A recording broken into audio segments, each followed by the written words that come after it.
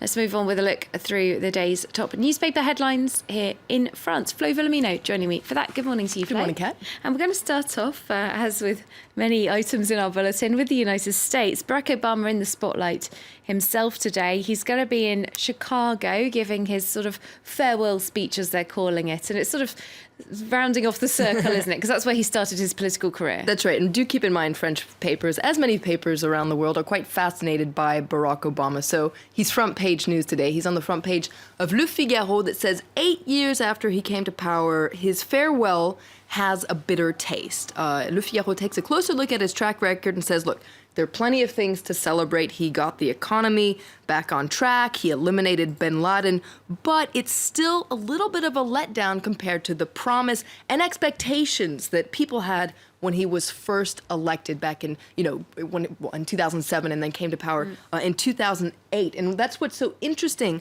about his legacy. Excuse me, I got that completely wrong. He was elected in 2008, came to power in 2009. Anyway, you get my point. But that's what's so interesting about his legacy is that he has this duality. He embodies both magic but also powerlessness. And so when we take a look back at his 8 years as president, there'll be parts that are in the light, but there are also a lot of shadows. And there are other papers sharing that sentiment, saying not enough magic, too much powerlessness. That's right. Let's take a look at the front page of 20 Minutes. They have a very clever front page. You can see they've twisted his very famous campaign slogan, "Yes, we can," into "Yes, he could," and yes, he perhaps could have even more. 20 Minutes says that, as we say farewell to President Obama, we must keep in mind that he did raise so many hopes around the world, and that is a really good thing, but he leaves behind a mixed picture. And it doesn't help, according to 20 Minutes and other papers, that Donald Trump was elected president right behind him. This is something that casts a serious shadow on his presidency. Well, speaking of Donald Trump, seeing you brought him up, Flo, he's popped up in a few cartoons today in the French press. That's right. Let's take a look, first of all, at the cartoon by Cac in L'Opinion. You can see Obama here. I think this sums up the situation quite well. Taking a selfie. He seems really proud. You can see the sun setting there on his sandcastle, which represents the climate agreement, nuclear deal with Iran, Obamacare. And you can see Donald Trump just about to hop joint-footed into this sandcastle, essentially crash his party. There's also Donald Trump in another cartoon. This is by Willem in Libération. You can see Trump has come to bid farewell to President Obama, along with his buddies, Russian President Vladimir Putin, Israeli Prime Minister Benjamin Netanyahu. But you can see he has quite a weird gift. It's a funeral wreath in his hands there, and he's saying, well, where's this Kenyan so I could say goodbye to him?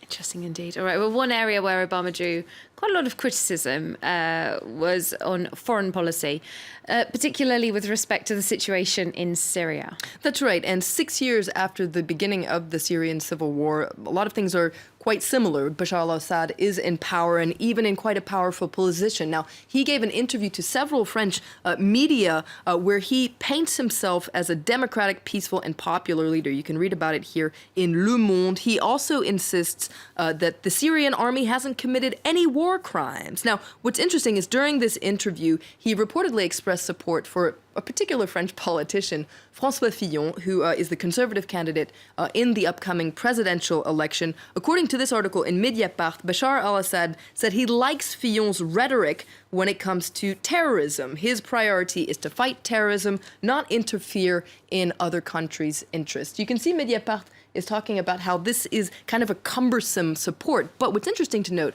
is back in 2015, Fillon himself said that the international community should help Bashar al-Assad's regime.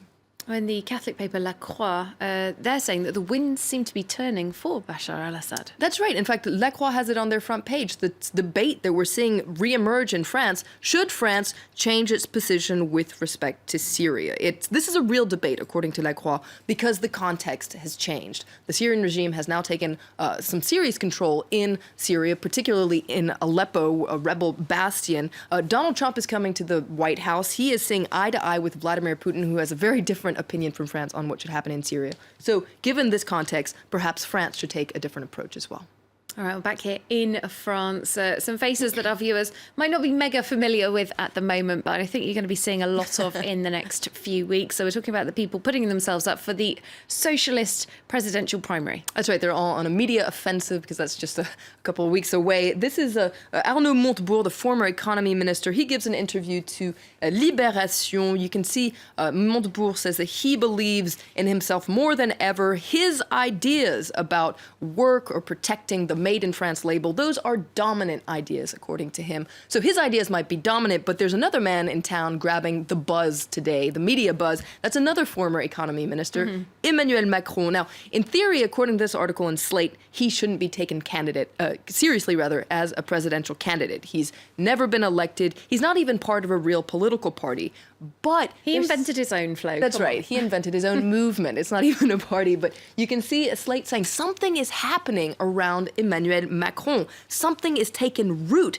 He seems optimistic. He's French, and there's such a disenfranchisement with mainstream parties that it seems like something's happening. Maybe it'll lead to something. And let's face it, people do want something a bit different. If 2016 taught us nothing else, and he certainly is different. Thanks very much, Flo. We'll see you later for a look through the international papers as well.